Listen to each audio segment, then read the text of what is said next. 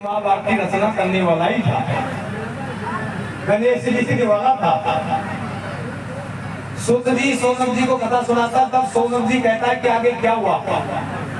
बोले आगे जो मैं बताऊं तो तू सोच। जब सूत जी कहता है कि माता धरती अपना शिक्षण रूप धारण करके माता शक्ति को वापस भगवान शिव के हृदय में निकली हुई को हिमालय जाती हुई को रोकती है। अब जरा आकाशवाणी हुई, हे माता धरती, तुम जिस माँ आदि शक्ति को लाने के लिए उसका निवास करने के लिए जा रही हो, जिसके लिए मैं सुनाता हूँ तुम सुनो। नाती धरती नाती पृथ्वी, नाती धरती नाती पृथ्वी, पिता ने कितनी बार तो महाकल्ल बोली, कितनी बार धरती रची गई। आज तुम इस प्राण और प्रतिज्ञा को लेकर के माता अपना प्राण छोड़ करके और देवताओं की बूंद से, देवताओं के प्रभाव से तुम माता शक्ति को सजीव करने के लिए जा रही हो। इसकी पूर्व जन्म कथा में सुनाता हूँ, आप सुनिए। जब तक इसकी पूर्व जन्म कथा नहीं सुनाओगी तब तक के तुम्हारे पास वापस नहीं। और ये शक्ति अभी हमारे बीच में पीछे से प्रमाण चल रहा था, विद्वान कह रहे थे। देखो मैं कोई एक बात मैं जरूर कह देना चाहता हूँ, वक्ता में गुण 3 है, श्रोता में गुण 4। वक्ता आदमी वक्ते से, लेकिन इस संभव है जो अपना आप ही ढूंढे से कि क्या सच्चाई है क्या झूठ है। अभी ये प्रकरण चल रहा था कि भाई माता शक्ति बसम होगी तो फिर दोबारा कैसा से शिवपुराण जरूर कहता है इस बात को कि माता शक्ति ने क्रोध अग्नि से शंकर भगवान की बुराई को नष्ट सोचाई बात का यज्ञ में। शंकर भगवान की बुराई के कारण ही माता शक्ति ने अग्नि क्रोध करके शरीर को वशम करके कहने लग जाती है कि जब तक मेरे पति भगवान शिव इस यज्ञ में विराजमान नहीं होंगे तब तक ये यज्ञ तुम्हारा संपन्न नहीं होगा, नहीं होगा। चाहे ब्रह्मा हो, चाहे विष्णु हो, चाहे यम हो, चाहे यवन हो, चाहे इंद्र हो, शक्ति उसी समय उत्तर दिशा की कोण को ऊपर जाकर के अपने आत्म अगम देव को याद करके वो आकर उसको जला करके भस्म कर देता है। और वो शक्ति रहने का घोर ठिकाना भगवान शिव के हृदय में निवास हो जाती है। अब जब भगवान शिव ने भक्ति को पर लीन हुआ, कामदेव को भस्म किया, तब वो शक्ति उसी के शिवर में निवास कर रही थी। अब जब भगवान के लिए देवताओं ने कामदेव को जगाने की कोशिश की, उस समय भगवान ने कैलाश पर्वत को छोड़ दिया, कैलाश पर्वत को छोड़ दिया। अब वो भगवान शंकर चलता चलता तीनों लोकों में भ्रमण करता हुआ किसी को अंतर ध्यान हो जाता, किसी को दर्शन देता, किसी को दर्शन नहीं देता। वो शक्ति के वियोग में डूब रहा था। जब तक तू आकर के शिव मुझे दर्शन नहीं देगी तब तक मैं देवताओं के पास में बैठ करके सभा नहीं। जीव ने जीव खा, जीव खाया जीवे। अरे पानी में संसार के ऊपर पानी क्या नहीं। जब निराकार कहता है कि हे माते तुमने शिक्षण रूप धारण करके इस धरती लोकों पर घूम रही हो, जिसका प्रकरण मैं खोल करके बताता हूँ तुम सुनो।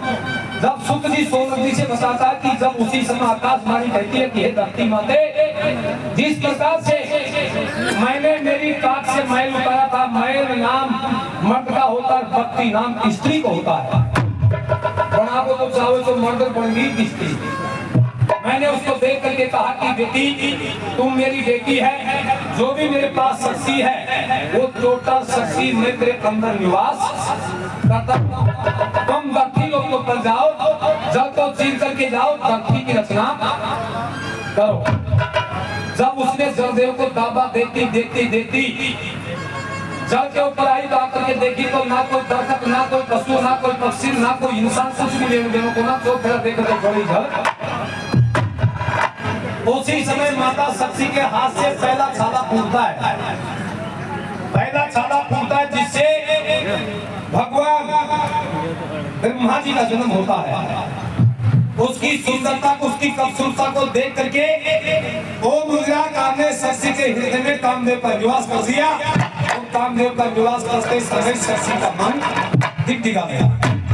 कहते तुम जन्म ले लिया, मैंने सृष्टि रचनी से, अब तू मेरी सास और साथी। ओम मुद्राकार ने शशि को चलते समय अपने हाथ से कड़ा उठा करके दिया था कि जो तेरा अपमान जमदेव करने के लिए आए तो तू जमदेव को भी बसाऊं। वो कड़ा उनके हाथ में था। जब उसी समय तो बात सुनूं, जब ब्रह्मा जी कहता है कि मैं तो तेरे हाथ से जन्म लिया हूँ, हे माते मैं तेरी सास में फेरा नहीं कर सकता। अपना कड़ा में फेर कर बोली बसम करके जल में छोड़ देती। वो चलता चलता जाकर के ओम निराकार की बगल में जाता है। ओम निराकार जिसका कोई रूप नहीं, कोई आकार नहीं, जिसका कोई नाम नहीं, जिसका कोई बल का अंदाज नहीं। वह चाहो तो पगमैया कर दे, वह चाहो तो पगमैया कर दे। नंबर दूसरे को ऊपर छाला फूटा जिससे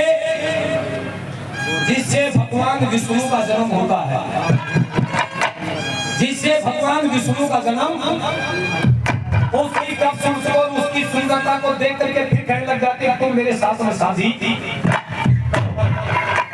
उसी प्रकार से वो भी कहता है कि हे माता मैं तो तेरे हाथ से जन्म ले लिया, तू तो मेरी माँ के समान है। तो ये जल के ऊपर तुमने क्या सिंहासन लगा रखा है और मैं तेरी साथ में शादी नहीं कर सकता। कड़ा को उठा करके फेर करके कहते बसम, उसको भी बसम कर देते। वो जाकर के दैनी सेंस में जाता है। दो दिन जाते, तीसरा साला फूलता जिससे भगवान शिव शंकर का जन्म होता है। आदि शक्ति के छाला से भगवान शिव का जन्म होता है। और जब निराकार घबराता है कि आया सीधे या लागी रही ना, तो या कहीं की सृष्टि रचेगा तो साथ महापर्व उठी। जब निराकार की भविष्य वाणी होती है, छाले के अंदर भगवान शंकर को भविष्य वाणी का ज्ञान होता है कि हे छाला फूटते समय तू शक्ति के हाथ से जन्म लेगा, जन्म लेते समय तेरे को ये कहेगी तू मेरे को बढ़, और बढ़ते समय तू ये कहना कि माता। पहलो शब्द याद होंगे कि माता मैं तुझे बढ़ तो लूंगा, लेकिन मैंने तुझे एक वचन दे। जब यह तुम्हें वचन देंगे तो उस समय तू ये कहना कि माता तेरा हाथ में या कड़ों से जो मैंने, या कड़ों से जो तेरा हाथ में मैंने देते, और ये कड़ा हाथ में लेकर के तू इस शक्ति को वसम कर देगा। ये दोबारा मेरे पास आएगी और फिर मैं तेरा और इसका मिलान ये कह करके आकाशवाणी अंतर ध्यान हो जाती है। और जब तीसरा साला फूटता है जिसमें भगवान शिव का जन्म होता है, वो जन्म होते समय कहता कि हे जन्म लेने वाले तू मेरे को बर। जब कहता कि माते मैं तेरे को बर तो लूंगा, लेकिन मैं जब तक नहीं करूंगा जब तक तू मेरे को वचन नहीं देगी। वचन देती है कि तू चाहेगा वो वचन में देने के लिए अतिरिक्त है। ते समय ही माता शक्ति को और एक शंकर भगवान मांगता है तो क्या मांग रहा था, क्या खड़ी खड़ी शक्ति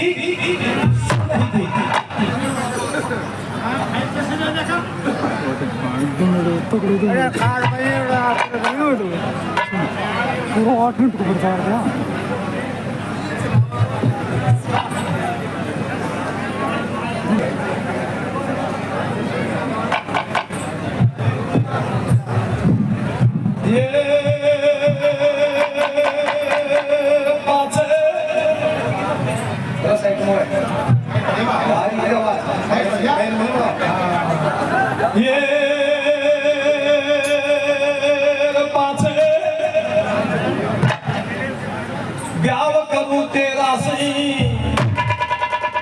ये ब्याह करूं तेरा सही, देते